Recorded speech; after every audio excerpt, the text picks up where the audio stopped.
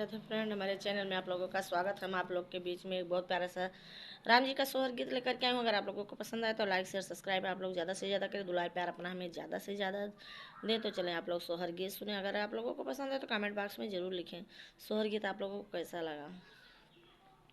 अरे मचियाई बाई ठीका सिल्या रानी चेरिया राज करई हो चेरिया झारी भी छाओ दुलाइया के काही बहनी बाई ठाई हो चेरिया झारी भी छाओ दुलाइया के काही बहिनी बाई ठै सुमित्रा बहिनी बाई ठाई हो मचियाई बाई टीका सिल्या रानी चेरिया राज करई हो चेरिया झारी भी छावो दुलाइया के काही बहिनी बाई ठै सुमित्रा बहिनी बाई ठाई हो चेरियाई झाराई झूराई दुलाइया बिछामाई हो चेरिया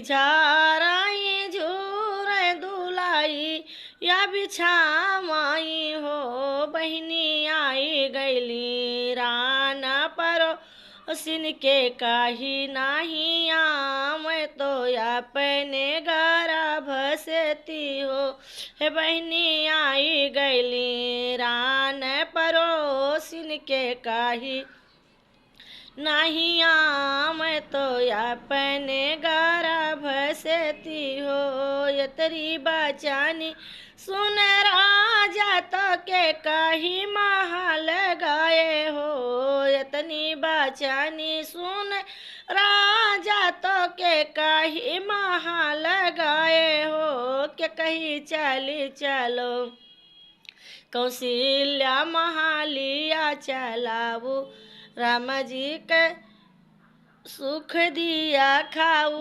हो के कहीं चली चलो कौशल्या महालिया रामा के सुख दिया खाऊ हो यतरी बचानी सुनाई के कही तो राजा से या राज करई हो राजा जब मोरे भरत कई मुड़ाना माता बाई सुख देख बाई हो राजा जब हुई है भरत कई मुड़ाना माता बाई सुख देख बाई हो यतरी बचनी सुन राजा तो के हिया राज करई हो यतरी बचनी सुन राजा तो के हिया राज करई हो हे के कही यमन मांगन तू मांगो तमन हम दिया ब्राह्मण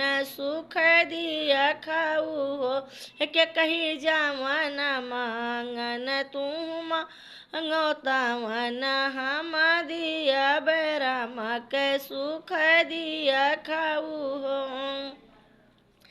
जाऊ न राजा है जाऊ कौशल्या महल हो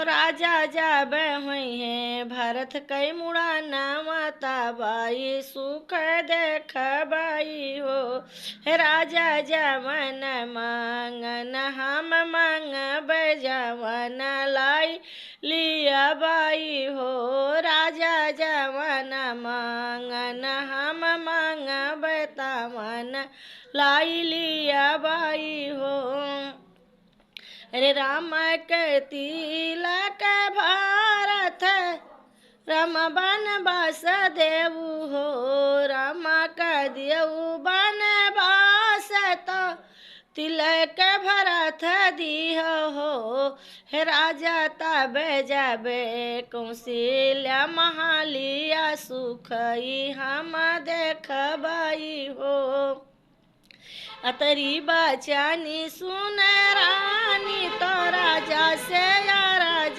करई हो राजा जाऊ राम जई हाई बन वहाँ मामू कई कैसे राहा बाई हो। राजा जाऊ राम जई हाई बाना का तो हम कैसे राहा बाई हो। जे राम माना से ना उतारा चित से ना उतराई हो। जे राम माना से ना बिसराई चित से न उतराई हो। राजा तिये राम जई हाई बन का तो हम कैसे राहा बाई हो।